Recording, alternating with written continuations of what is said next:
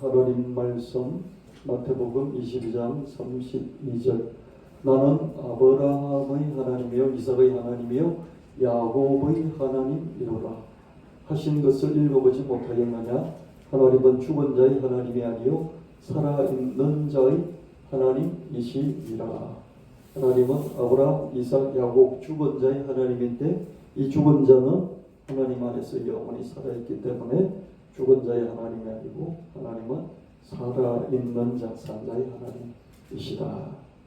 누가복음 20장 38절 하나님은 죽은 사람들이 하나님이 아니라 살아있는 사람들이 하나님이시다. 하나님이 보시기에는 모든 사람이 하나님 안에서 살아있는 것이다. 하나님 안에서 하나님 믿고 사는 사람들, 그 사람들이 육체가 죽었을 때 그 영혼은 영원히 살아있다. 예수 믿는 모든 사람은 영원히 육체가 죽었으나 영원히 살아있다. 하나님은 살아있는 나 자신의 하나님이다. 하나님은 여러분 한 분 한 분 여러분 자신의 하나님이다. 그것을 꼭 기억하시길 바랍니다. 오늘 한 해 동안 다른 사람이 하나님이 아니라 나의 하나님, 내가 만나는 하나님, 내가 관계를 맺어나가는 그런 하나님으로 여러분 올 한 해 하나님을 추구하시기를 바랍니다. 도마가 대답하여 가로되 나의 주시며 나의 하나님이십니다. 예수님이 위대한 혁명가요, 위인이요, 현인이요, 현자요, 성인이다. 거기서 그치지 말고 그리스도를 구원하시는 그리스도이시다. 그리스도에서 그치지 않고 하나님의 아들이시다. 하나님의 아들에서 그치지 않고 하나님 그 자신이다. 다른 사람의 하나님이 아니라 예수님은 바로 나 자신의 하나님이다. 그래서 여러분 예수님과의 친밀한 관계를 맺어나가시는, 예수님을 좀 더 알아나가는, 예수님을 더 사랑하시는, 또 예수님의 사랑을 여러분들 경험하시는 그런 한 해가 되시기를 바랍니다.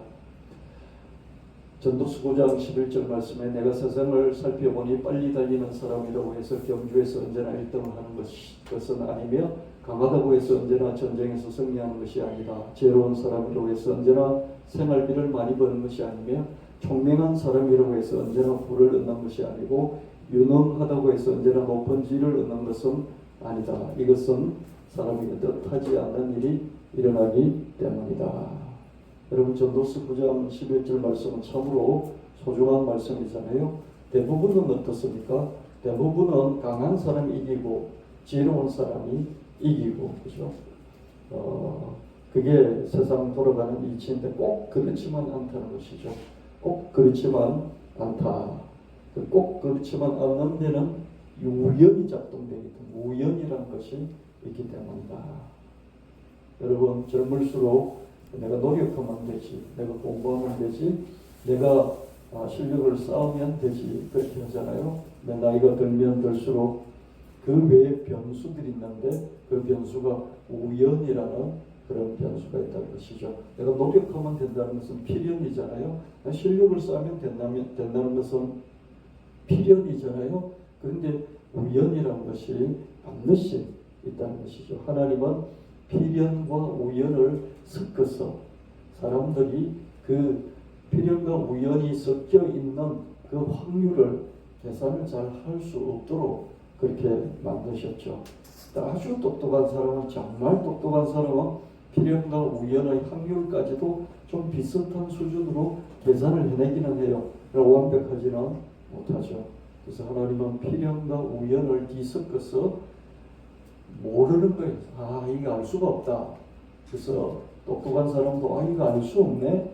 그런 결론을 내리고 그래서 하나님을 찾을 수밖에 없도록 그렇게 만들어 주셨습니다. 저와 여러분은 참으로 다행히도 우리 좋게 예수님을 일찍 믿어서 필연과 우연의 그런 확률적인 계산 그거 이전에 이미 하나님을 찾는 자들이 되었습니다. 여러분 빨리 달리는 사람이 경주에서 1등을 하잖아요. 그러나 언제나 1등하는 것이 아니고 강하면 전쟁에서 승리하잖아요. 전력이잖아요. 전력이 우세하면 이길 수밖에 없습니다. 그러나 전략이 부족하고 정보가 잘못되어 있고 그러면 질 수도 있고요. 또 그때 환경이 그죠. 천둥번개 벼락이 친다든지 여름에 우기가 계속된다든지 겨울에 폭설이 계속해서 내린다든지 그렇게 되었을 때 또 전염병이 돈다든지 그죠? 그런 우연이 환경적인 우연들이 발생할 때 전력만 가지고 이길 수 없는 것을 우리는 전쟁사에서 얼마든지 볼 수가 있습니다. 지혜로운 사람이라고 해서 언제나 생활비를 많이 버는 것도 아니고 총명한 사람이라고 해서 언제나 부를 얻는 것도 아니고 유능하다고 해서 언제나 높은 지를 얻는 것이 아니다. 여러분 유능하다고 해서 서울대를 나왔다. 서울대를 나왔다고 해서 이게 뭐 장관이 되고 뭐 대통령이 되고 그렇지 않잖아요. 보는 거죠. 여러분 학벌이라는 게 보면 꼭 가장 좋은 학벌이라고 어떻습니까? 가장 높은 지에 올라가고 그런 것 아닌 것을 여러분들은 경험적으로 너무나 많이 볼 수가 있습니다. 그래서 이 전도서 9장 11절 말씀은 참으로 지혜로운 자 입을 통해서 하나님 우리에게 주시는 교훈이라고 봅니다. 하나님이 전도서를 통해서 우리에게 하시는 말씀을 하시는 것이죠. 하나님이 직접 이 말씀을 했다기보다는 그 당대의 현자 똑똑한 사람의 입을 통해서 하나님이 저와 여러분에게 하나님이 주시고 싶으신 그런 메시지 교훈을 주신다고 저는 믿습니다. 제가 서울대학을 나오고 연세대학에서 경영대학원 석사가 있잖아요. 그래서 우리 집사람은 늘 그런 얘기를 해요. 당신이 서울대학을 나오고 경영대학원 공부를 했기 때문에 돈을 억수로 많이 벌 줄 알았다는 거예요. 그래서 나는 돈을 많이 벌기 때문에 자기는 안심하고 살았다는 거죠. 근데 그 얼척이 없어 할 때마다 저한테 그런 말을 해요. 너 믿었다가 큰고 다칠 것 같다고. 그 전도서 9장 11절이 저한테 딱 맞는 말씀인 것 같아요. 공부를 많이 하고 똑똑하다고 해서 생활비를 많이 버는 것도 아니고 그리고 부자가 되는 것도 아니다. 그럼 뭘까?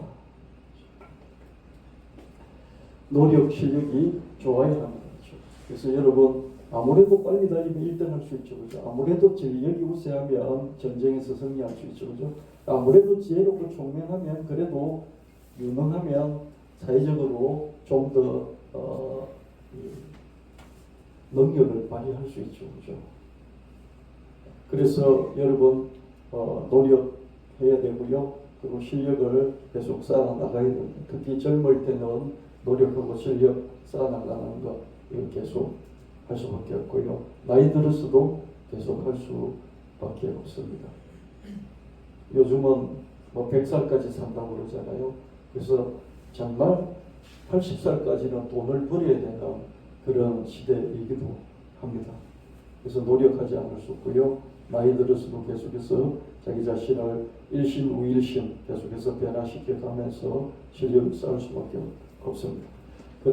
그러나 세상을 살아보면 노력과 실력만으로 되지 않고 환경이 따라줘야 되죠. 환경이 따라줘야 되고요. 제가 말하는 환경이라는 게 그런 거잖아요. 가장 탁월한 전쟁의 영웅들이 있는데요. 그 전쟁의 영웅이 나폴레옹이잖아요. 나폴레옹은 어땠습니까? 나폴레옹은 전 유럽을 정복을 했습니다. 그러다가 러시아까지 소련까지 정복하려고 갔다가 어떻게 됐습니까? 그 소련의 그 혹한 눈에 완전히 파묻혀 가지고요. 나폴레옹은 거기서 멸망의 길로 빠져들고 말았습니다. 아무리 전력이 우세하고 전략이 탁월하고 나폴레옹 기동전의 최고봉이잖아요. 그죠? 전력만 우세한 게 아니라 전략도 우세해가지고요. 기동전이 여기 동해 번쩍 서해 번쩍 속도전 기동전의 대가였죠. 그럼에도 불구하고 환경이 받쳐주지 않으니까 됐습니까? 러시아 갔다가 완전히 멸망의 길로 빠지고 말았죠. 여러분 그 뒤에 일어났던 세계를 제패했던 사람이 히틀러잖아요. 히틀러도 어땠습니까? 독일에서 그 마지막으로 러시아 잡으러 갔다가 어떻습니까? 거기서 또 혹한에 빠져가지고 엉망진창이 돼서 그 뒤로부터 패망의 길로 접어들기 시작했죠. 환경이 받쳐주지 않으면 노력도 실력도 물거품이 되어버립니다. 기회가 좋아요. 기회가 노력과 실력이 어느 정도밖에 안 되는데도 기회가 주어졌을 때 그 기회를 잡고 크게 성공을 하는 사람도 있고요. 그래서 운이 좋아야 된다 이런 말이 있잖아요. 그래서 여러분들 젊을 때부터 노력과 실력을 함께 쌓으면서 환경, 기회, 운이 좋아야 된다. 이걸 늘 생각하시면 좋겠어요. 그래서 젊을 때 꼿꼿한 거죠. 선비 기질을 가진 사람보다도 어떻습니까? 이렇게 막 이런들 어떠하리 저런들 어떠하리 남수산들은 지게 얽혀진들 어떠하리 그런 좀 유연성을 가지고 그죠? 소위 말하는 융통성이 있게 유연하게 이렇게 위에 사람에게도 좀 아부할 줄도 알고 좋은 말도 할 줄도 알고 허리 숙일 줄도 알고 이런 사람들이 보면 출세하는 걸 볼 수 있잖아요. 그렇죠? 꼭 나쁘게만 볼 수 없는 것이죠. 왜냐하면 그런 걸 통해서 그런 유연함을 통해서 운이라는 것이 위에 있는 사람들이 제공할 수 있는 그런 기회나 운이 내게로 흘러 들어오는 것이니까 그죠. 그래서 젊은 여러분들은 나의 노력과 실력 그리고 꼿꼿한 이런 자기의 정신력만 있으면 된다. 뭐 그렇게 생각하실 수도 있는데 거기에다가 이런 환경과 또 운과 또 이런 기회 이런 것들이 맞아 떨어지지 않으면 나는 완전히 낙동강 오리알이 될 수도 있겠구나. 아무리 오리알이 어떻습니까? 크고 최고로 잘생긴 그런 오리알일지라도 낙동강 오리알이 돼서는 아무런 의미가 없잖아요. 그렇죠? 누군가가 품어서 그 새끼를 만들어낼 수 있는 그런 오리알이어야 될 것입니다. 자기를 품어주는 그것이 환경이고 기회이고 또 그게 운이라고 볼 수가 있겠죠. 그래서 여러분 무엇보다도 은혜는 두 가지예요. 사람이 베푸는 은혜가 있어요. 자기 가족, 부모 잘 만나고 형제 잘 만나고 할아버지 할머니 잘 만났어. 그게 은혜예요. 그렇죠? 그런 가문의 은혜, 타고나는 은혜, 신분의 은혜잖아요. 이건 어쩔 수 없잖아요. 그렇죠? 이런 은혜 또는 그것을 넘어서 사회생활을 하는 중에 사람들로부터 얻는 은혜. 그렇죠? 그 사람들로부터 얻는 은혜를 많이 받으려고 학벌이 좋으면 아무래도 학벌이 좋은 사람들의 학연을 통해서 은혜를 입을 수 있으니까 그렇죠. 그런 학연, 지연, 혈연 따지게 되고 어떻습니까? 또 직장 생활에서 위에 상사들의 또 동료들의 은혜를 입는 그런 경우가 있겠죠, 그렇죠. 사람들로부터 오는 은혜가 있고요. 무엇보다 우리는 하나님 있는 하나님으로부터 오는 그런 은혜가 있는 줄 믿습니다. 그래서 은혜를 사모해야 될 것입니다. 꼿꼿하게 선비처럼 살아가는 그런 자세도 좋지만 하나님 안에서 나는 죄인입니다. 죄인으로서이다 고백하며 하나님 은혜를 받기를 사모합니다. 하나님 은혜를 내게 평생이 날려 주시옵소서. 그런 자세로 하나님 은혜를 사모하며 하나님 은혜를 주시고요. 은혜가 있으면 안 될 것도 되는 거예요. 그렇죠? 그렇지 않습니까? 자기 혼자서 달리는 아이하고요. 부모의 손을 붙잡고 달리는 아이하고요. 그게 다 다르지 않겠습니까? 그렇죠? 부모의 손을 붙잡고 달리면 안 될 것도 되는 것이죠. 그래서 은혜를 사모하신 여러분 되시기를 축원합니다. 환경이 좋아야 된다. 기회가 있어야 된다. 또 운이 맞아 떨어져야 된다. 그래서 여러분의 인생을 살아가고 이렇게 계획을 할 때 그죠? 늘 90%의 노력과 실력, 10%의 기도, 은혜, 우연, 기회, 환경 이런 것들 10% 정도의 여백을 두고 그렇게 계획을 잡고 또 그 계획을 실천하면서 이게 운이 작동을 한다. 만약에 불행이 닥친다면 어떨까? 행운이 닥친다면 어떨까? 이런 걸 그렇죠? 염두에 두면서 늘 중요한 결정을 하고 또 하나님 앞에서 겸손하게 살아가는 우리가 되어야 되겠습니다. 다시 또 보아야 합니다. 우리 다시 또 보아야 합니다. 왜 다시 또 보아야 합니까? 우리가 왜 다시 또 보아야 하겠습니까? 못 볼 것이기 때문에. 우리 못 볼 것이기 때문에. 언젠가는 저와 여러분은 두 번 다시 못 볼 수 있습니다. 그렇죠? 회자 정리. 오래 만나도 결국은 떠나요. 회자. 모이는 사람은 정리. 반드시 떠나가게 돼 있다. 모여들면 떠나가게 돼 있는 것이죠. 그렇죠? 그러니 한 번이라도 더 만나야 해요. 결국은 떠날 것이기 때문에 한 번이라도 더 모자란 거예요. 아멘. 부부가 이렇게 살잖아요. 한날 한시에 같이 죽는 경우가 거의 드물어요. 거의 없어. 확률이 거의 제로잖아요. 반드시 헤어집니다. 반드시 헤어지고 혼자서 어떤 사람은 10년을 살고 20년을 살고요. 어떤 사람은 1년을 더 살고 5년을 더 살아야 돼요. 반드시 이렇게 헤어지는 날이 있기 때문에 지금 한 번이라도 더 만나서 한 번이라도 더 약속을 하고 한 번이라도 더 만나고요. 한 번이라도 더 손을 잡고요. 한 번이라도 더 이렇게 얘기를 나누시고요. 생자필면 오래 살아도 결국은 죽어요. 그렇죠? 100살을 살아도 죽습니다. 그렇죠?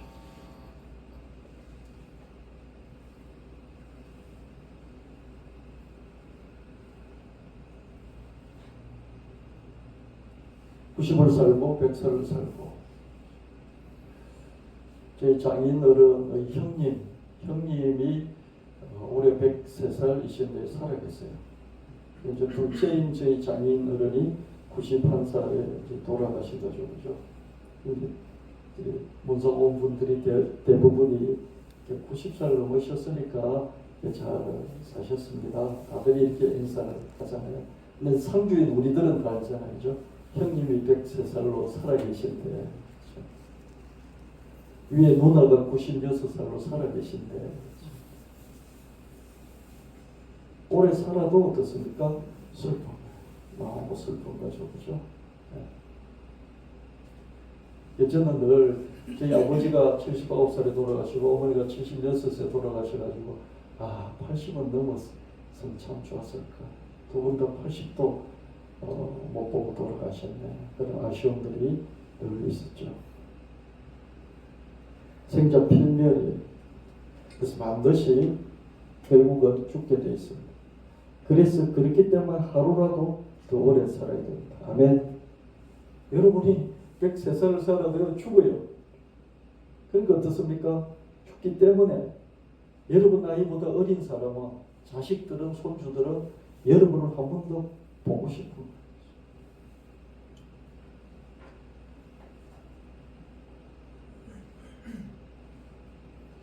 저희 둘째가 이번에 이제 와 있다가 할아버지가 돌아가셨는데요.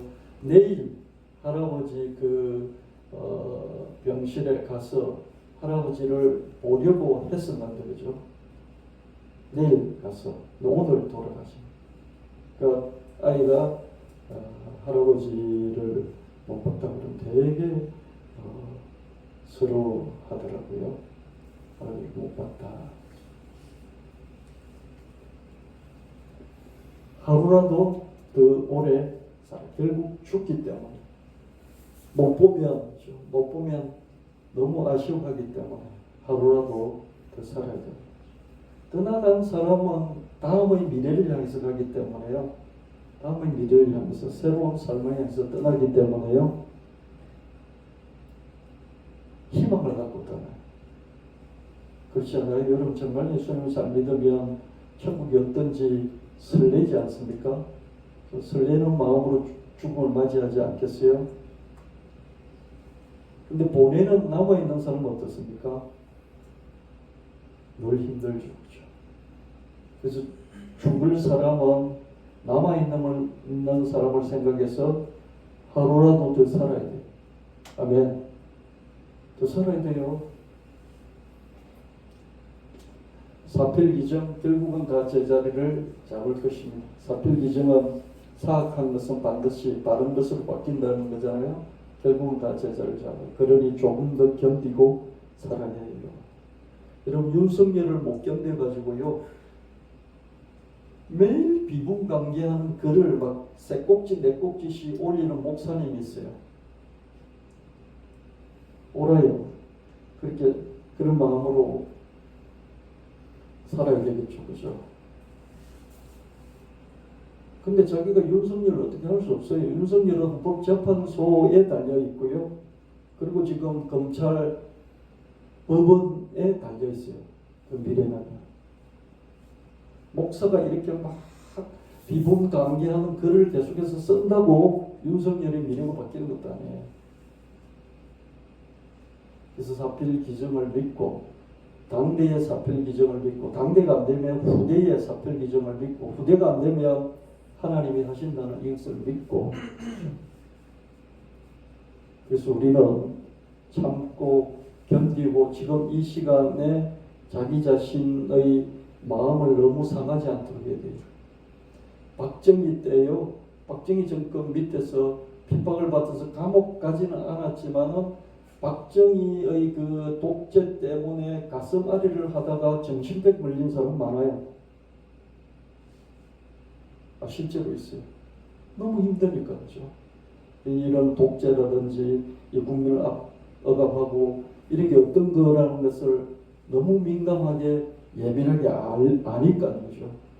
보통 사람은 그냥 박정희 뭐 우리 이 보릿고개 넘기게 하고 흰쌀밥에 고기국 먹게 해줬다고 칭송하고 그렇게 편안하게 사는데 민감하게 예민하게 악에 대해서 독재에 대해서 그러다가 일찍 죽는 사람들이 있어요.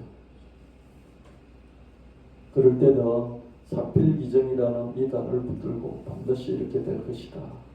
역사가 재판을 할 것이다. 역사가 못해주면 하나님이 하실 것이다. 역사의 맷돌은 돌아가고 있다. 악인들을 그 안에 넣어서 콩가루 만들듯이 갈아엎고 계신다. 근데 그 맷돌은 너무 천천히 돌아서 그 천천히 도는 것을 못 견뎌서 일찍 죽는 사람들 많아요. 그래서 사필기정을 우리를 믿고 또 하나님을 믿기 때문에 내일 세상이 망하더라도 오늘 이렇게 편하게 잠들 수 있는 이런 배짱이 되어야 되지 않을까 그런 생각도 해보게 됩니다. 인생살이는 고달프고 애달픕니다. 그러니 순간순간 행복해야 됩니다. 아멘. 인생이 고달프잖아요. 애달프고 고달프기도 힘들기도 하고 애달프잖아요. 병이 들고 또 이별하고 돌아가시는 분들도 있고 그렇게 애달파요. 인생이 이렇기 때문에 우리는 순간순간 이때 행복을 찾을 수 있어야 되겠습니다. 아멘. 지금 하나님 앞에서 여러분 예배드리는 이 순간도 행복하게 생각했어요. 예배를 드리고 싶은데 예배 못 드리는 분들이 있잖아요. 냉소를 버리고 미소를 지어 살기 바랍니다. 앙심을 버리고 양심을 키워가길 바랍니다. 우리 늘 앙심 있잖아요. 누구를 생각하면 막 앙심이 생겨요. 앙심이 막 솟아오르죠. 그죠? 목사도 될 수 있겠습니까? 어떤 사람이 믿고 그러면 앙심이 생기고 보복을 하고 싶은 생각도 들고 그렇잖아요. 앙심을 버리고 양심을 키우고요. 좋은 사람이 좋은 관계를 만들어갑니다. 서로 좋은 사람이 되기로 해요. 그래서 여러분 부부가 정말로 서로 좋은 사람이 되어야 되고요. 한쪽만 좋아서는 안 되고요. 그리고 또 부모 자식한테 다 좋은 사람이 되어야 될 것입니다. 자기가 좋은 사람이 되고 상대방도 좋은 사람이 되고 그래서 전체가 좋은 관계가 되나. 오래 보아도 못 보면 그리워요.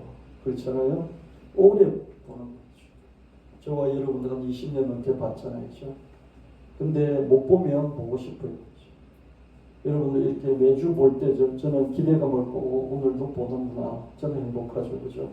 여러분 고달프시지만 저는 행복하죠. 요즘은 신방 이런 거 잘 안 하잖아요. 신방하면 사생활 방해가 되기 때문에 많이 줄어들고 잘 안 합니다. 저도 신방 잘 안 하는데요. 그래서 주일 때 이렇게 볼 수 있다는 것은 행복해요. 이렇게 보다가 몇 주 못 보고 그러면 어떻습니까? 보고 싶은 것도 그리워지는 거죠. 오래 봐도 못 보면 그리워요. 이게 인생살이. 그래서 인생은 애달파요. 원래. 그러니 다시 또 보아야 합니다. 우리는 한 번이라도 더 만나야 하고요. 우리는 하루라도 더 살아야 합니다. 제가 설교 때 그런 설교 여러 번 했죠. 그죠? 천당은 어차피 가게 돼 있고 가면 거기서 영원히 사는 영생인데 어차피 갈 거 100년 일찍 가든지 1000년 일찍 가든지 늦게 가든지 하나님한테는 아무 상관이 없다. 우리가 알고 있는 잘못된 말이 뭐냐면 하나님이 가까이 두고 싶은 사람은 일찍 데려가신다. 그 순번이다, 구라다 뭐 이런 생각이 들어요. 왜냐하면 하나님은 시간 개념이 없어요. 시간 개념이 없는 하나님이 일찍 데려간다, 늦게 데려간다 이게 의미가 없는 거예요. 하나님 영원 속에서 현재를 영원히 살아가시는 분인데 그 영원을 살아가는 분이 100년 일찍 데려간다, 1000년 일찍 데려간다, 그 일찍 데려간다는 게 무슨 의미가 있냐? 확률적으로 아니 그 무한대분의 뭐 1000시간 제로잖아요. 근데 우리는 어떻습니까? 우리는 상대적인 시간 속에 살아가기 때문에 1년을 더 살아서 같이 관계를 나누고 10년을 더 살아서 관계를 나누는 것은요 엄청난 차이가 있어요. 여러분이 10년 더 살아서 손주하고 더 많은 추억을 쌓는 것, 그죠? 그것이 우리가 10년 먼저 천당에 가는, 그래서 하나님과 관계를 쌓는 거, 그건 질적으로 비교할 수가 없어요. 하나님 우리를 1000년 후에 데려간들, 1000년 전에 데려간들, 하나님께 크게 변수가 아니에요. 근데 우리는 어떻습니까? 1년 더 살아서 추억을, 관계를 만들어가는 이게 큰 차이가 나는 것이죠. 그래서 우리는 한 번이라도 더 만나야 되고 한 번이라도 더 살아야 하는 것이죠. 아멘. 이게 인생이에요. 남은 자들을 위해서 내가 봉사해야 될 게 뭐냐면 한 번 더 만나주는 거예요. 남은 자들을 위해서 내가 베풀 수 있는 게 뭐냐면 1년이라도 더 살아주는 거예요. 아멘. 여러분 각오하시고 나를 위해서라기보다는 나 때문에 인생을 애달파할 사람을 위해서 여러분이 한 번 더 만나주고 한 번 더 하루라도 더 살아주는 겁니다.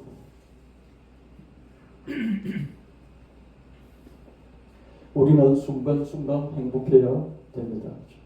행복하지 않을 때가 있고 영원히 이별해야 될 때가 있기 때문이죠.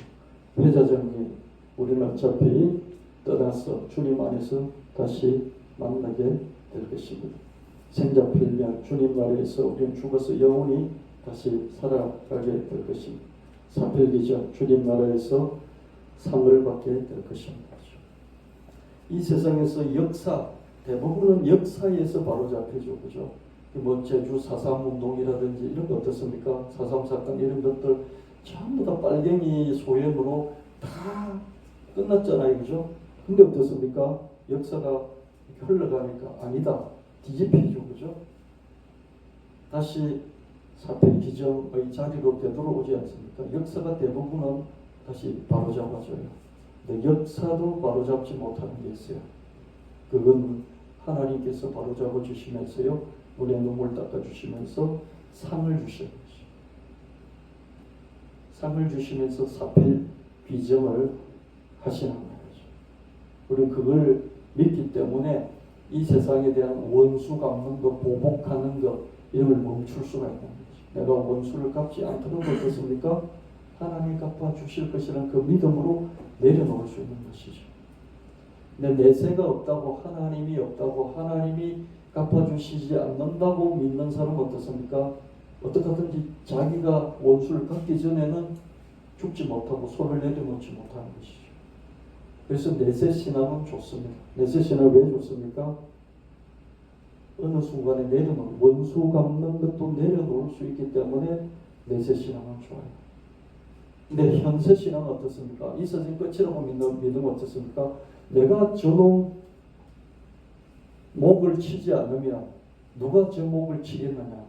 내가 죽더라도 총을 한 방 쏴서 죽여야 되겠다. 그래서 결국 죽이는 원수 갚는 길로 나가게 되는 것이죠. 자기 목숨을 걸고. 그죠? 우리는 사필기적도 믿을 수 있어야 되겠습니다. 우리는 주님 나라에서 다시 만날 것이고 영원히 살 것이고 또 주님 나라에서 우리가 받지 못한 이 세상 인정해 주지 않는 그런 상을 받을 것입니다. 이건 당연한 거니까, 그죠? 이 세상에 살 때 한 번이라도 더 만나고 하루라도 더 살고 또 순간순간 우리는 행복할 수 있어야 되겠습니다. 아멘. 다른 사람을 위해서요. 제 아이들이 한 번씩 이렇게, 저는 아이들이 대학 다닐 때부터 이제 외국에 가 있어가지고요. 방학 때 한 번씩 오면 한 달 정도 있다가 가잖아요. 한 달 정도 있으면은 저는 너무 행복해, 충만해요. 그래서 딱 보내고 난 그 다음 날부터요, 한 일주일, 2주일은 참 힘들어요. 정말 힘들어요. 안에 있던 게 쑥 빠져나가 버린 그런 걸 제가 한 7년 넘게 했으니까, 그렇죠. 또 지금 또 돌아왔더니 다시 또 나갔어요. 그래서 와서 이번에도 둘째가 한 열흘 넘게 있다가 갔는데요. 있을 때는 행복해요.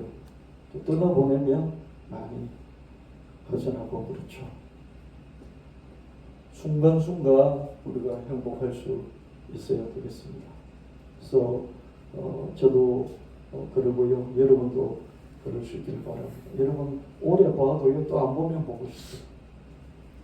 제 아내가 그 어머니 아버지 병 간호하느라고요, 일주일에 한 3일씩 이렇게 가 있잖아요.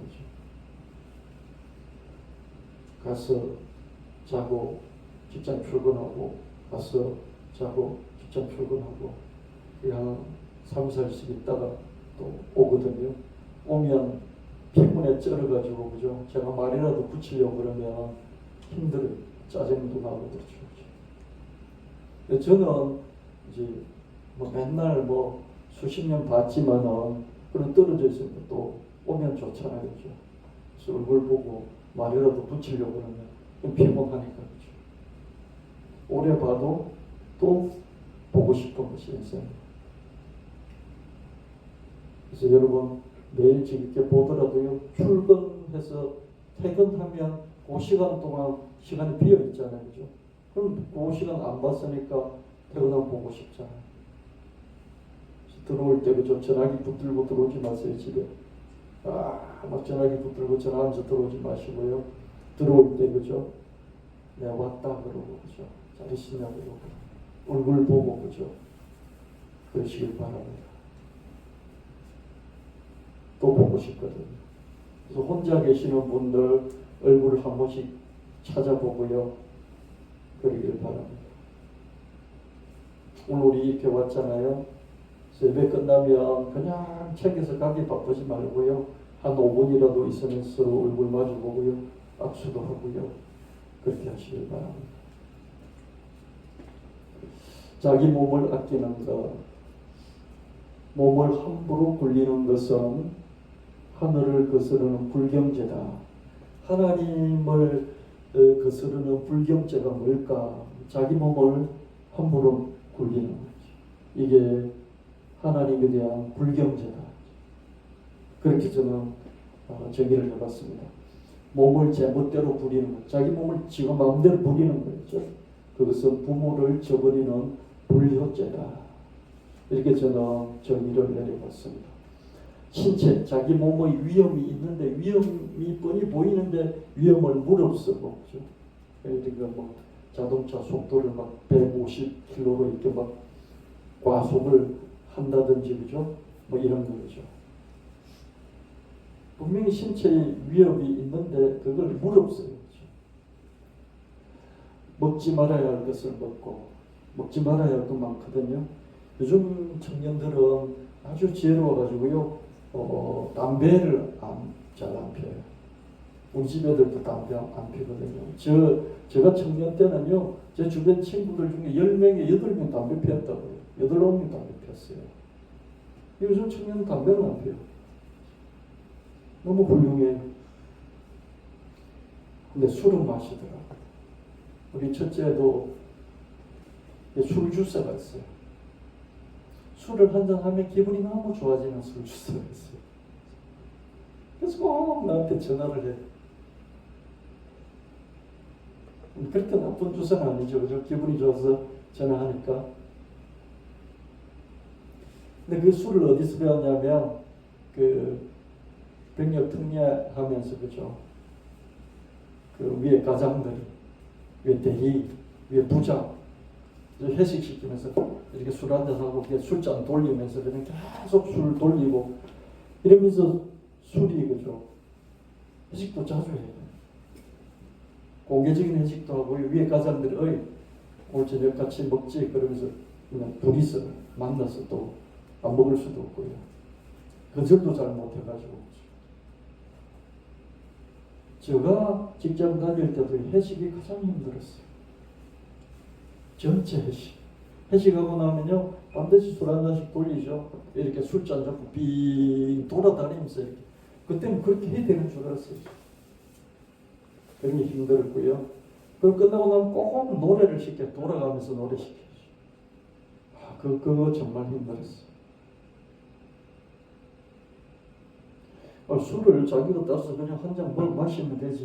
뭘 자기가 한 잔 하고 이렇게 술잔 주면서 거기 자기 먹은 입술 된 그 술잔을 줘가지고 거기 또 따라주고 그죠? 너무 더러워요. 이런 거 지금도 하는지 모르겠어요. 너무 더럽지 않나요? 자기 입에 넣고 그 술잔 이렇게 돌리고 그 술잔이 막 계속 돌아요. 술잔 하나 가지고 이렇게 돌려요. 그죠? 너무 더러워요. 그렇게 술을 배우는 거예요. 그럼 주량이 또 늘어나요. 이런 거는 정말 없애버려야 될 그런 안 좋은 문화라고 생각합니다.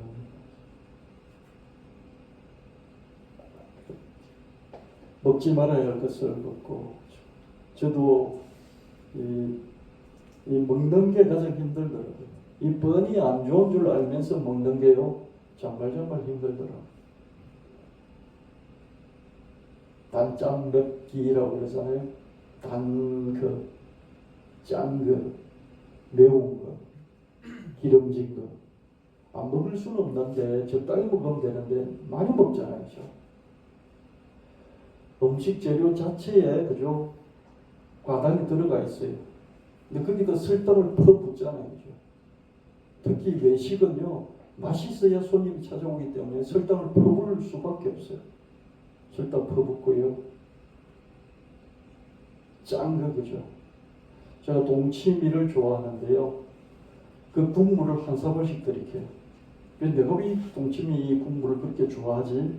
그 국물이 짜잖아요. 그 짠맛이 좋아가지고 국물을 막 한 사발씩 먹어요. 그 집사는 그 국물 먹지 말라고. 그 국물이 너무 맛있어요. 짠 거에 배이는 거죠. 저는 김치를 좋아하는데 김치도 매운 김치보다는요 이게 소금이 들어가서 쩔어서 소금 맛이 나는 김치를 좋아해요. 그 맵고 짠 김치를 먹어야 이 김치 맛있다 그래요. 그런 김치는 발암물질, 암발암물질 2급이잖아요. 2급이 발암물질 김치, 그런 김치. 이런 것을 먹으면 안 되는 줄 알면서도 못 끊어요. 밀가루가 하도 안 좋다고 그러길래 빵 먹는 거 빵 먹기 좋잖아요. 그죠? 빵은 정제가 돼서 부드럽잖아요. 그죠? 그럼 정제로 된 모든 음식이 안 좋은 이유가 뭐냐면 너무 부드럽기 때문에. 너무 부드러워서 문제가 생겨요. 고기든지 이런 곡물이든지 모든 것이. 그래서 빵을 한 번씩 먹다가 하도 제 딸이 빵 먹지 말라고 해가지고 그래도 이제 좋다는 이 곡물 섞인 빵 있잖아요. 그죠? 잡곡빵을 이제 사서 이렇게 나는 이제 건강을 생각해서 잡곡이 들어간 빵을 먹어. 그랬더니 동영상을 한 잔뜩 찾아가지고 나한테 막 던져주면서 아빠 이거 봐. 아무리 곡물빵이라도 다 갈아서 한 거기 때문에 그냥 밀가루빵하고 똑같은 거야. 그러면서 그것도 못 먹겠어요. 음식을 조절하는 것이 먹는 것을 조절하는 것이 가장 어렵죠. 술, 담배 이런 달고 짜고 맵고 기름지고 이런 게 힘든 거죠. 그렇게 힘들어요. 정말 마약과도 같아요. 그래서 우리는 먹지 말아야 될 것 뻔히 알면서 먹습니다. 이게 저는 불효죄라고 생각하고 이게 하나님에 대한 불경죄. 그래서 도둑질하는 것보다도 더 근본적인 하나님에 대한 죄가 이것이다. 그런 생각을 해봤어요. 그래서 목사님 뭐 그렇게 꼰대같이 그런 말씀하시니까 뭐 근본주의자 같습니다. 그럴 수도 있는데요. 그런 생각이 들었어요. 근데 이게 삶의 지혜가 녹아있는 생각이라는 생각을 합니다. 자기 수명을 단축하는 사람, 그런 사람은 죄인 중에 죄인이다. 자기 몸을 함부로 굴린다는 게 술, 담배, 마약 그뿐만 아니라 위험한 거죠. 위험한 뭐 사이클을 탄다든지 뭐 무슨 뭐 오토바이를 탄다든지 뭐 위험한 일을 그냥 무릅쓰는 거 있잖아요. 그렇죠?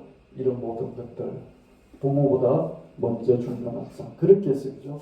여러분 타고난 선천적인 허약성 때문에 일찍 죽을 수도 있어요. 그렇죠? 근데 그러지 않고 자기 스스로 자초해서 일찍 죽는 사람 있잖아요. 그 악상이라고 그러는 악상은 뭐냐? 악할 악자에 상자는 상처, 이를 상자, 그죠? 이를 상자. 그러니까 철을 잃을 때 상처라고 그러죠. 부부를 잃을 때 그죠? 뭐 상이 났다 그러잖아요. 조상이라고 그러잖아요. 그죠? 이를 상자예요. 그러니까 악상은 뭐예요? 악하게 일어나는 것이죠. 악하게 일어나 호상이다, 악상이다 그러잖아요.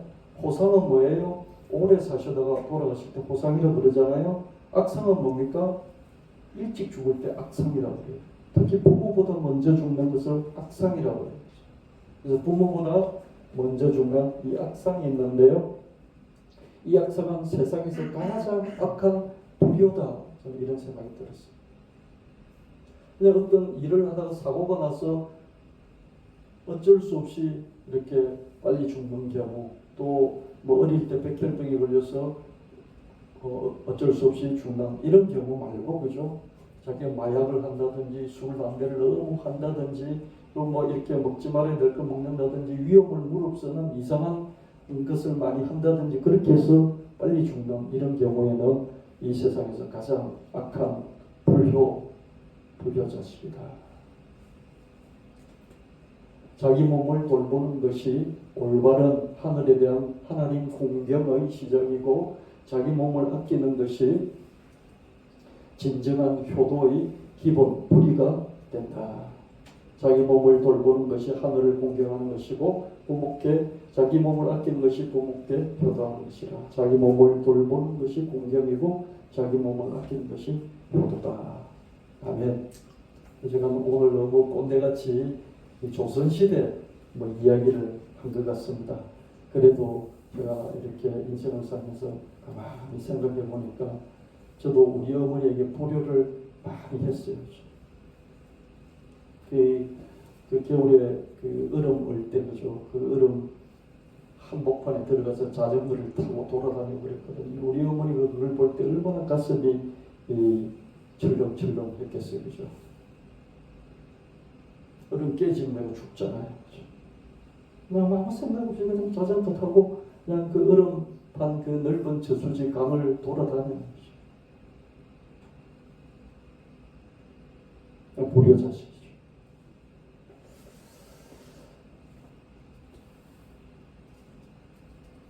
은혜가 등을 밀어주기를 마지막입니다. 여러분 이 가사를 또 한번 음미해 보시기 바랍니다. 봄의 나비는 아름다운 자태를 뽐내죠. 여름의 매미는 유능한 노래를 뽐내죠. 그죠? 좋잖아요. 봄의 나비 얼마나 아름답습니까? 여름의 매미 얼마나 시원합니까? 그죠? 그런데 겨울에 태어나는 나비도 있습니다. 겨울에 나비가 있어요.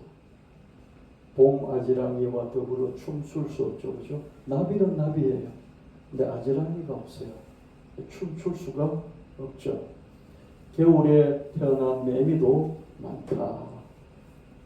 겨울의 매미는 여름에 땡볕을 신나게 노래할 수 없다.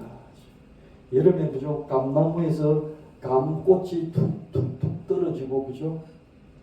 땡볕이 그냥 온 마을에 적막감이 돌도록 땡볕이 온 마을을 지배를 하고요.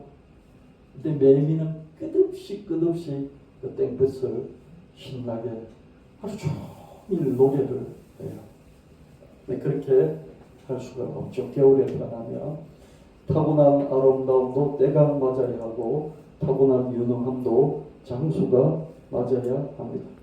환경, 기회, 운이 좋아야 하는 거죠. 여러분 유능한 사람 많잖아요. 특히 우리나라는 음주 가무에 뛰어나가지고요. 노래하는 이 서바이벌 텔레비전 프로가 많잖아요. 많이 있어요. 여러 군데 있어요. 그렇죠? 근데 그때마다 뛰어난 그런 가창력을 가진 가수들이 발굴이 되잖아요. 그죠? 때를 베풀어 주니까, 기회를 주니까, 환경을 제공하니까, 장소를 제공하니까 그 유능함이 거기 나와서 폭발을 하지 않습니까? 그죠? 발굴이 되어지잖아요. 그래서 환경, 기회, 운이 좋아야 하는 것입니다. 타고난 재능만으로는 부족하고요. 환경이 손을 잡아줘야 하고요. 자신의 노력만으로는 부족하고요. 기회가 문을 열어줘야 하고요. 자신의 실력만으로는 부족하고요. 은혜가 등을 밀어줘야 합니다. 우리 때는 직장 한번 들어가면 평생 직장 그랬습니다. 충성, 은퇴 때까지 충성 그랬어요. 근데 지금 청년들은 어떻습니까? 계속해서 역량을 쌓고 또 이동하고 역량을 쌓고 이동하고 그렇죠? 이게 요즘 시대의 직장 생활입니다. 그래서 우리 대표 기도에도 그런 기도가 있잖아요. 청년들이 역량을 키우고 계속해서 더 유능한 장소로 유능한 곳으로 이동시켜 주시고 아멘. 평생 여러분들 밑으로 이동시켜 주지 않고 여러분 실력을 쌓아서 더 좋은 곳으로 계속해서 이동시켜 주시기를 예수님 이름으로 축원합니다. 봄 아지랑이가 없는 겨울 나비들이 있고요. 여름 땡볕이 없는 겨울 매미들이 있고요. 그래서 환경이 손을 잡아주기를, 기회가 문을 열어주기를, 은혜가 등을 밀어주기를. 여러분 정말 춤 잘 추는 나비들이 있고요. 정말 노래 잘하는 매미들이 있고요. 정말 실력 있는 사람들이 있어요. 노래가 실력이 빵빵해요. 그럼에도 불구하고 환경이 손을 내밀어주지 않고 기회가 문을 열어주지 않고 은혜가 등을 밀어주지 않는다면 노래할 수 없고요. 춤출 수가 없습니다. 겨울 나비들도 춤을 출 수 있기를, 겨울 매미들도 노래할 수 있기를. 저도 목사로서 겨울 매미인 것 같아요. 여러분들도 사업을 하시고 직장생활을 하시는데 겨울 나비일 수 있어요. 그래서 하나님이 여러분에게 은혜를 많이 베푸시고 사람들을 통해서 은혜를 많이 베푸시고 여러분 손을 잡아주시고 여러분에게 기회의 문을 열어주시기를 예수님 이름으로 축원합니다. 찬양 들어보시겠습니다.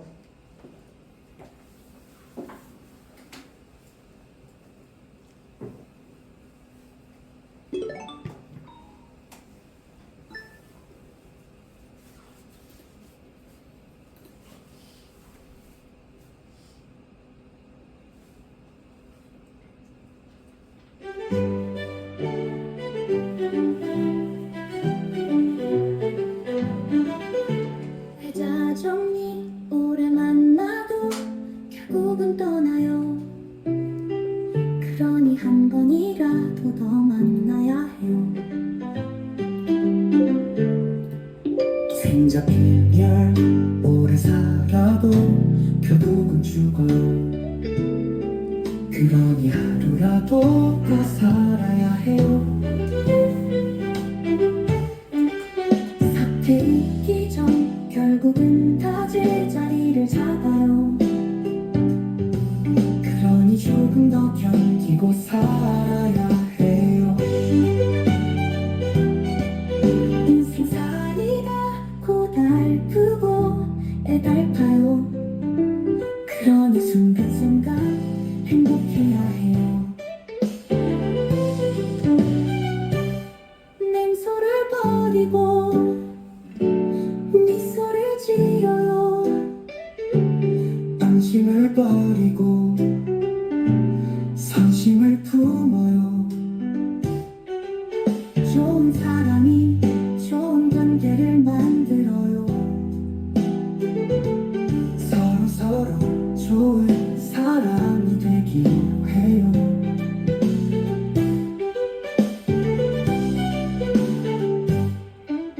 오래 보아도 못 보면 그리워요.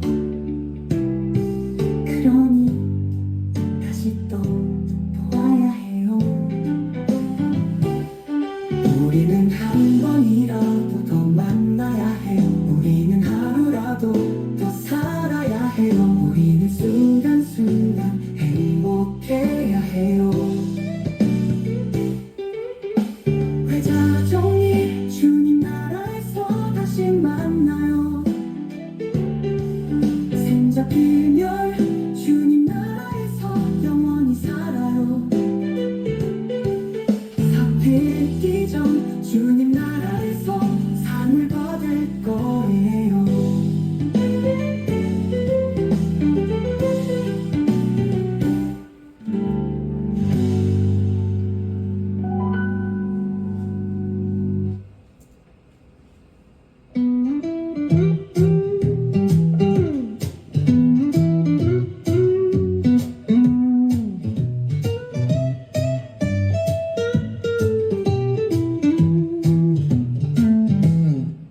몸을 함부로 굴리는 것은 하늘을 거스르는 불경죄. 몸을 제멋대로 부리는 것은 부모를 저버리는 불효죄. 신체의 위험을 무릅쓰고 먹지 말아야 할 것을 먹고 자기 수명을 단축하는 사람, 그런 사람은 죄인 중에 죄인. 자기 몸을 함부로 굴려서 부모보다 먼저 죽는 악상, 세상에서 가장 악한 불효.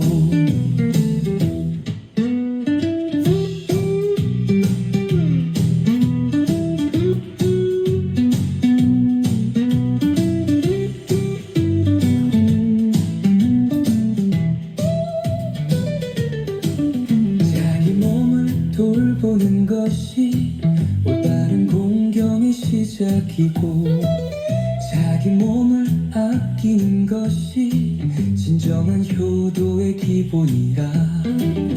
자기 몸을 돌보는 것이 하늘을 공경하는 것이고, 자기 몸을 아끼는 것이 부모께 효도하는 것이라.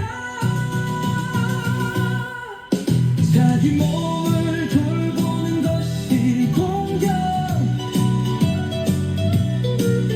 자기 몸을 아끼는 것이 효도.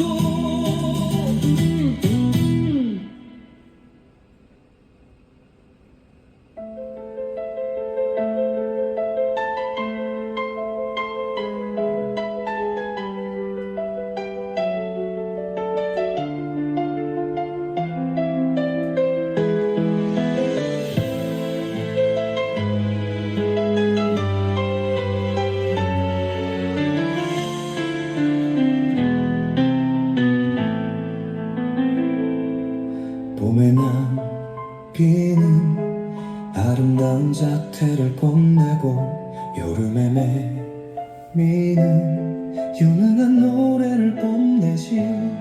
그런데 겨울에 태어난 나비도 많아. 봄아지랑이와 더불어 춤출 수 없어. 그리고 겨울에 태어난 매미도 많아. 여름 땡볕을 신나게 노래할 수 없어. 타고난 아름다움도 때가 맞아야 하고, 타고난 유능함도 장소가 맞아야 하고, 환경 기회 운이 좋아야 하는가. 타고난 재능만으로는 부족해. 환경이 손을 잡아주면